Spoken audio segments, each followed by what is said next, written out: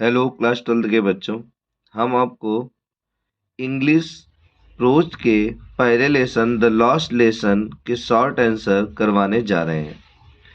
तो आओ हमारे साथ आप शॉर्ट आंसर की तैयारी करें, जो बहुत ही कम शब्दों में और बहुत ही अच्छे शब्दों का प्रयोग करते हुए हमने इन्हें लिखा है। तो पहला क्वेश्चन कहता है, what was the bulletin board, how was it important.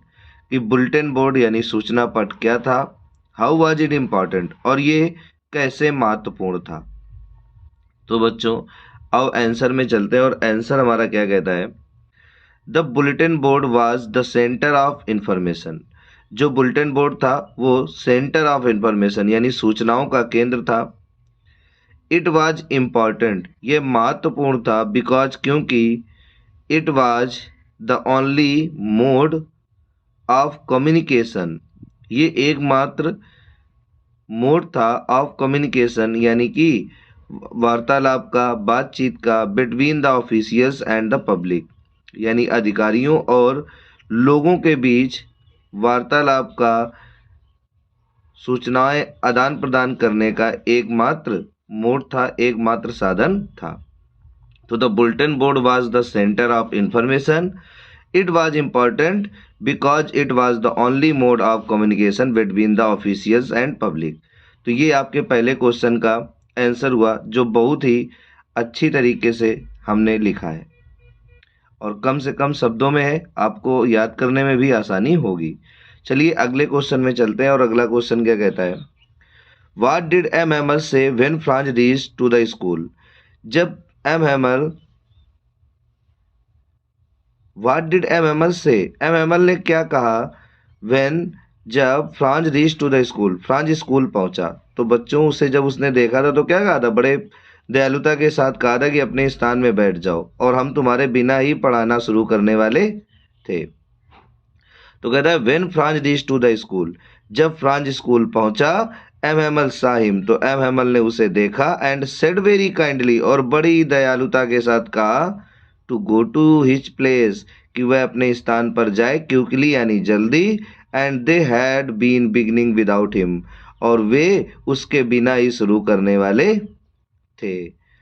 तो when Franz reach to the school, जब फ्रांज स्कूल पहुंचा, M Hamel saw him, M Hamel ने उसे देखा, एंड सेड वेरी काइंडली, और बड़े दयालुता के साथ कहा, गो टू योर प्लेस, अपने स्थान पर जाओ, क्विकली यानी तुरंत, जल्दी से, and they had been beginning without him, और वे उसके बिना ही प्रारंभ करने वाले थे। तो बच्चों ये दूसरे क्वेश्चन का आपका एक सटीक आंसर हुआ, जो बहुत ही कम शब्दों में लिखा गया है और मुझे आशा है कि इसे याद करने में भी आपको बहुत आसानी होगी। तो चलते हैं बच्चों तीसरे क्वेश्चन में। तीसरा क्वेश्चन कहता है, what did M Hamel speak first in the class that day about the last lesson. यानी एम हेमल ने सबसे पहले क्लास में उस दिन अंतिम अध्याय के बारे में क्या कहा। तो M Hamel said, M Hamel ने कहा टू द चिल्ड्रेन, बच्चों से, अबाउट द लास्ट लेसन, अंतिम अध्याय के बारे में, दैट की it was their last French lesson, कि ये उनका फ्रेंच अंतिम अध्याय है, यानी ये उनका अंतिम फ्रेंच का अध्याय है। ही वुड गिव देम, जो वो उन्हें पढ़ाएंगे, एंड ही वांटेड देम, और वो चाहते हैं उनसे, टू बी वेरी अटेंटिव, कि वो लोग बहुत ही ध्यान मग्न हो जाएं, बहुत ही ध्यान पूर्वक उसे सुने।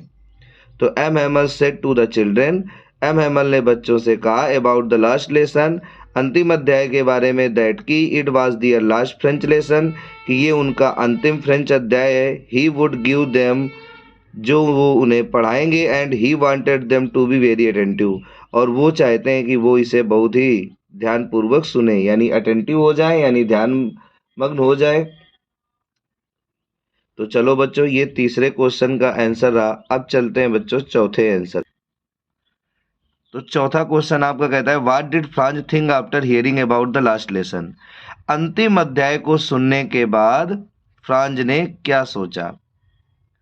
फ्रांज ने क्या सोचा जब उसने उस अंतिम अध्याय के बारे में सुना। तो बच्चों after hearing about the last lesson, यानी इस अंतिम अध्याय के बारे में सुनने के बाद फ्रांज ने सोचा दैट कि he hardly knew how to write, वो तो बड़े मुश्किल से लिखना जानता है, यानी उसे लिखना तो अभी आता ही नहीं है। He should never learn any मोर, और वो अब कभी भी और सीख भी नहीं पाएगा, पढ़ भी नहीं पाएगा। And he also felt sorry, और उसे दुख भी बहुत हुआ, उसने दुख भी महसूस किया for not learning his lessons, यानी अपने अध्यायों को न याद करने के लिए, न पढ़ने के लिए उसे इस बात पर दुख भी बहुत हुआ। तो after hearing about the last lesson Franz thought that, अंतिम अध्याय के बारे में सुनने के बाद फ्रांज ने सोचा कि he hardly knew how to write, कि वह मुश्किल से लिखना जानता है। He should never learn any more, अब वो और सीख भी नहीं पाएगा। And he also felt sorry for not learning his lessons, और उसे अब बहुत दुख भी था कि उसने अपने अध्यायों को अच्छी तरह से याद नहीं किया, अच्छी तरह से पढ़ा नहीं। तो बच्चों ये चौथे क्वेश्चन का आंसर रहा। अब चलते हैं बच्चों पांचवें क्वेश्चन की तरफ। तो पांचवा क्वेश्चन हमारा कहता है, did Franz recite the participles how, क्या पार्टिसिपल्स को फ्रांज दोहरा पाया, हाउ, और दोहराया तो कैसे। तो हमने बोला यस, हाँ वो दोहरा पाया। Franz recited the participles, Franz ने पार्टिसिपल्स को दोहराया रॉन्गली, लेकिन गलत तरीके से दोहराया। दोहराया तो लेकिन गलत तरीके से दोहराया, यानी वो ठीक ठीक बता नहीं पाया। As he got mixed up on the first word, और जैसा कि आपको पता है कि he got mixed up on the first word, वह प्रारंभिक शब्दों में ही फंस गया, यानी जैसे ही वो बताने वाला था तो प्रारंभिक शब्दों में ही उलझ गया, यानी शब्दों को आगे पीछे कर दिया, उलझ गया बेचारा, बता नहीं पाया। एंड स्टूड देयर, और वहीं खड़ा रहा, होल्डिंग हिज डेस्क, अपनी डेस्क को पकड़कर वहीं खड़ा रहा। तो यस, हाँ Franz recited the participle wrongly, Franz ने पार्टिसिपल को गलत तरीके से दोहराया। As he got mixed up on the first word, और यहाँ और वो इनके प्रारंभिक शब्दों में, पार्टिसिपल्स के नियमों के प्रारंभिक शब्दों में ही उलझ गया और वो उसे नहीं बता पाया। एंड ही स्टूड देयर, और वो वहीं खड़ा रहा, होल्डिंग हिज डेस्क, अपनी डेस्क को पकड़े हुए। तो चलो बच्चों अब चलते हैं छठवें क्वेश्चन की तरफ, और आशा है कि आपको ये क्वेश्चन आंसर बहुत अच्छे लग रहे होंगे, क्योंकि हमने बड़ी सरल भाषा का प्रयोग करते हुए, सरल शब्दों का प्रयोग करते हुए कम से कम शब्दों में आपको आंसर लिखवाए हैं। Whom did M. Hamel blame for the ignorance in studies? Why? Whom did M. Hamel blame? किसने M. Hamel को ब्लेम किया, यानी M. Hamel ने किसको ब्लेम किया, किसको दोष दिया for the ignorance in studies, यानी उसकी पढ़ाई में उस इग्नोरेंस, यानी वो जो उपेक्षा होती थी, नज़रअंदाजी होती थी, ठीक है ना, जो खामियां हुई, उसके लिए उन्होंने किसको ब्लेम किया, किसको दोष दिया, एंड वाई, और क्यों दिया। तो आओ जरा आंसर की तरफ चलते हैं बच्चों। फर्स्टली, सबसे पहले एम हैमल ब्लेम्ड दियर पेरेंट्स, एम हैमल ने उनके माता पिता को दोष दिया। हु प्रीफर्ड, जो प्राथमिकता देते थे, them to work on a farm, उनको कि वो किसी फार्म पर काम करें, और एट द मिल्स, या फिर वो किसी मिल पर काम करे। तो बच्चों यहाँ देम नहीं होना चाहिए, यहाँ हिम होना चाहिए। Who preferred him to work on a farm और एट द मिल्स, वो कहता है जो प्राथमिकता देते थे कि वो किसी फार्म पर या किसी मिल पर काम करे। एंड देन, और तब ही ब्लेम्ड हिमसेल्फ, उन्होंने स्वयं को भी दोष दिया, too for giving them holidays, कि वो उसे छुट्टियां दे देते थे।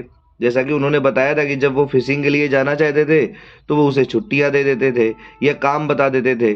तो उन्होंने दोनों लोगों को ब्लेम किया, अपने को भी और उसके माता पिता को भी। तो ऐसा नहीं था कि केवल फ्रांज की गलती थी, सबकी गलती होती है। अगर कोई बच्चा अच्छे से नहीं पढ़ता तो उसमें उसके पेरेंट्स भी जिम्मेदार होते हैं, उसके टीचर्स भी जिम्मेदार होते हैं। तो इसलिए जो एम हैमल है वो दोनों लोगों को दोष देते हैं। तो एक बार इसको और अच्छे से समझ लेते हैं बच्चों। फर्स्टली, सबसे पहले M Hamel blamed their parents, M Hamel ने उसके माता पिता को दोष दिया। हु प्रीफर्ड हिम, जो ये प्राथमिकता देते थे, to work on a farm, कि उससे काम करवाया जाए, ऑन अ फार्म, किसी कारखाने में, और एट द मिल्स, या किसी मिल में। एंड देन, और तब ही ब्लेम्ड हिमसेल्फ टू, उन्होंने स्वयं को भी दोष दिया, फॉर गिविंग देम हॉलीडेज, यानी उसको छुट्टियां देने के लिए। तो बच्चों हमें आशा है कि आपको अच्छे से समझ आ रहे होंगे। आप हमारे वीडियो को लाइक करें, शेयर करें और हमारे चैनल को सब्सक्राइब करें, और हम आपको पूरी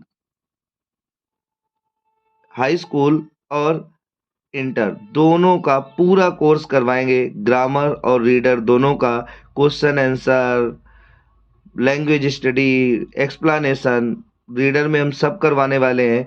और ग्रामर भी हम आपको लाइव सेशन हमारे अप्रैल से आने लगेंगे, तो आप हमारे ग्रामर लाइव सेशन से भी पढ़ सकते हैं, जिसमें हम एक तरफ से सारे टॉपिक पढ़ाएंगे और साथ में हम आपको एक्सरसाइज भी करवाएंगे। चलो बच्चों, तो आगे चलते हैं अगले क्वेश्चन की तरफ।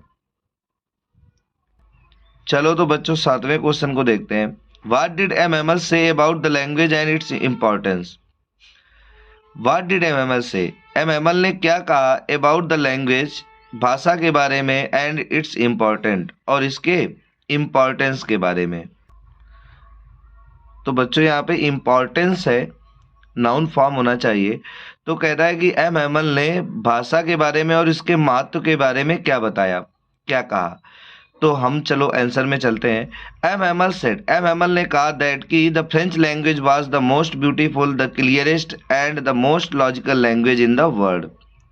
एम एम एल ने कहा कि जो फ्रेंच लैंग्वेज है वाज द मोस्ट ब्यूटीफुल, वो सबसे सुंदर, द क्लियरेस्ट सबसे स्पष्ट, एंड मोस्ट लॉजिकल और सबसे तर्कसंगत भाषा है,